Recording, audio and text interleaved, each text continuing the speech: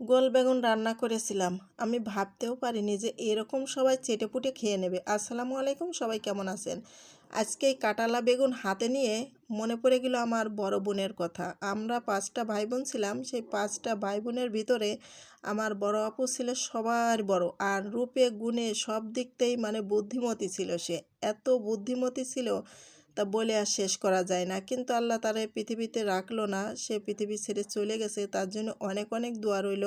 আর এই বেগুন হাতে করে হঠাৎ তার কথা মনে পড়ল, কারণ তার গ্রামে বিয়ে হয়েছিল। বিয়ে হওয়ার পরে বাড়ির আশেপাশে একটুও জায়গা ফাঁকা রাখতো না, কারণ এই গোল গোল কাঁটালা বেগুন সে লাগাইতো, গাছ লাগাইতো। লাগাইলে গোল গোল কাঁটালা বেগুন ধরতো, আর সেই বেগুনগুলো পুড়িয়ে ভর্তা করে তারপরে ঝোল করে খেতে যে কি মজা লাগতো। আমি গেলে পারা তখন মানে পুড়িয়ে ভর্তা করতো আর আমাকে বলতো, খেয়ে দেখো কত মজা।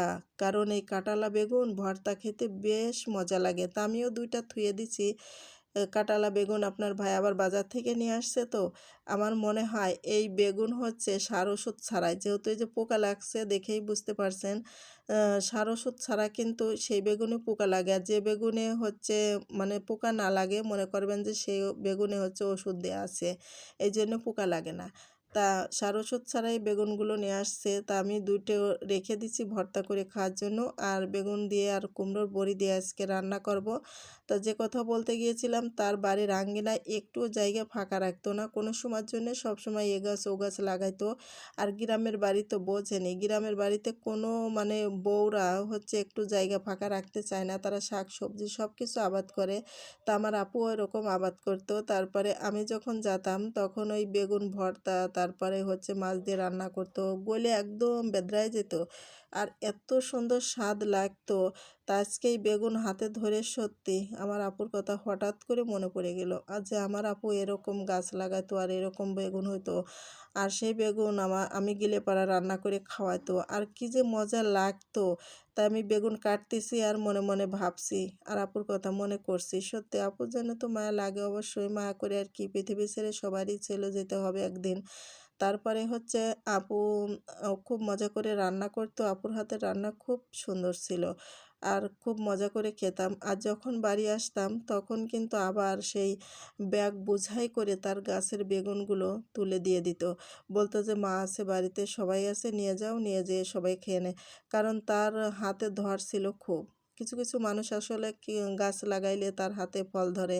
তা আমার আপুর হাতে কিন্তু এরকম ধরতো, মানে যা কিছু গাড়তো মাটিতে মনে হতো যে উতলে উঠেছে এরকম।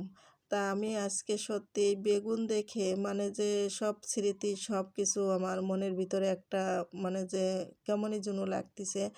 তা মনে করলাম যে ভিডিওটা আপনাদের সাথে শেয়ার করি। কিছু কথা আসলে না বললেই না হয়। মানে যে যে পৃথিবীতে আসলে থাকে না, চলে যায়, তার স্মৃতিগুলো, তার সব কথা সব কিছু আসলে রেখে যায়, সেইগুলোই কল্পনার মাঝে থেকে যায়। সবাই কল্পনাই করে, তাছাড়া আসলে তো হাতের কাছে পাওয়া যায় না। মানে কোনো কিছুই হয় না, যে চলে যায় সে তো চলেই যায়, সবারই একদিন যেতে হবে এই পথে।